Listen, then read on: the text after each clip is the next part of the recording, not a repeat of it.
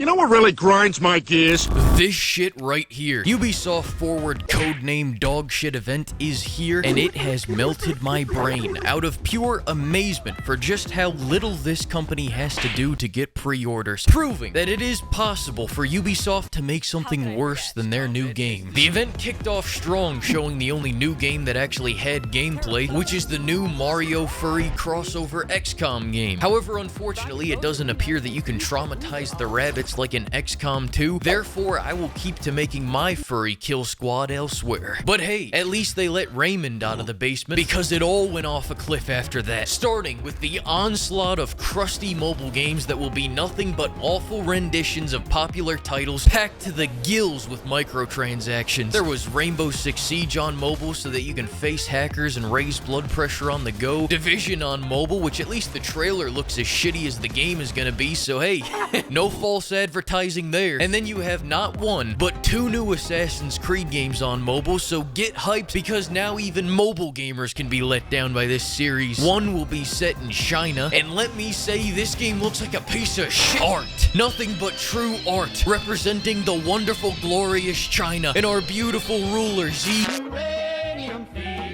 And the other one will be a Netflix streaming service exclusive, because I guess that's a thing. But sadder than that is that Ubisoft is such a money-grubbing shill of a company that Netflix actually had to confirm the games will be ads-free with no in-app purchases. It is worth noting, the China Assassin's Creed mobile game did not make such a promise. Hey, at least on the bright side, they didn't announce another horrible live-action series. God damn it, I knew I should have put that on the bingo card. Now let's cleanse our hands of the filth and return to the real game, shall we? I spoke too soon. Heartlands, a free-to-play survival action shooter. Those words are a warning, not an invitation. And I would say that I would pay not to play this, but knowing this deadly duo, they would probably have a microtransaction for that too. Then we have Skull and Bones, which got roasted for their Ready Player One 80% of the screen seizure-inducing UI looking ass, so they decided to toggle it off for this gameplay and show another cinematic trailer. This way it can be more of a surprise mechanic upon launch. Who could have guessed that the first quadruple A title would look like a slightly fancier mobile game? But forget all that, now it's time to talk about the Assassin's Creed showcase. They opened up by showing a montage spanning from the beginning to the end of the series almost as a threat. Like they're trying to say, look at what we've done, and you haven't even seen a fraction of what we can do. Then went history, historical history,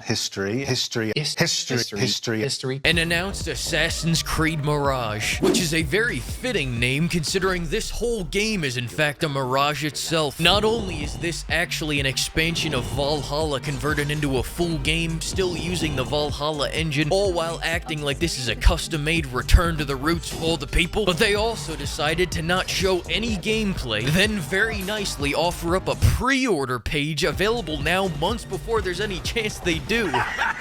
And look, there's the other IP they own and abandoned, relegated to a mere cosmetic.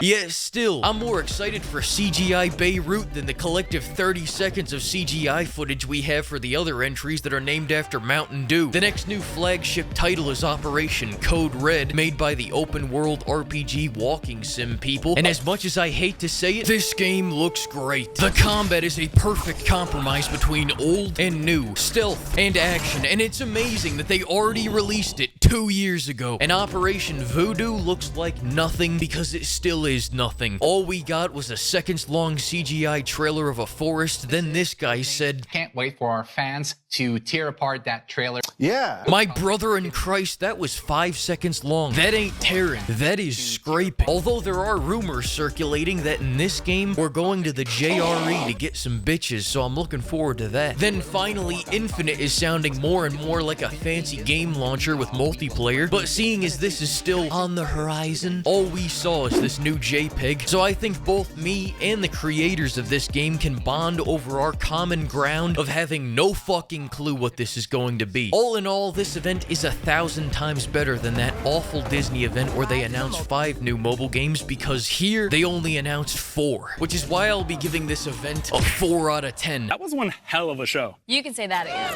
That was one hell of a show. A 3 out of 10. Now listen here, champ, I'm gonna go out for milk, but I promise that I'm gonna come back in about 2 weeks, and you can quote me on that. See you then.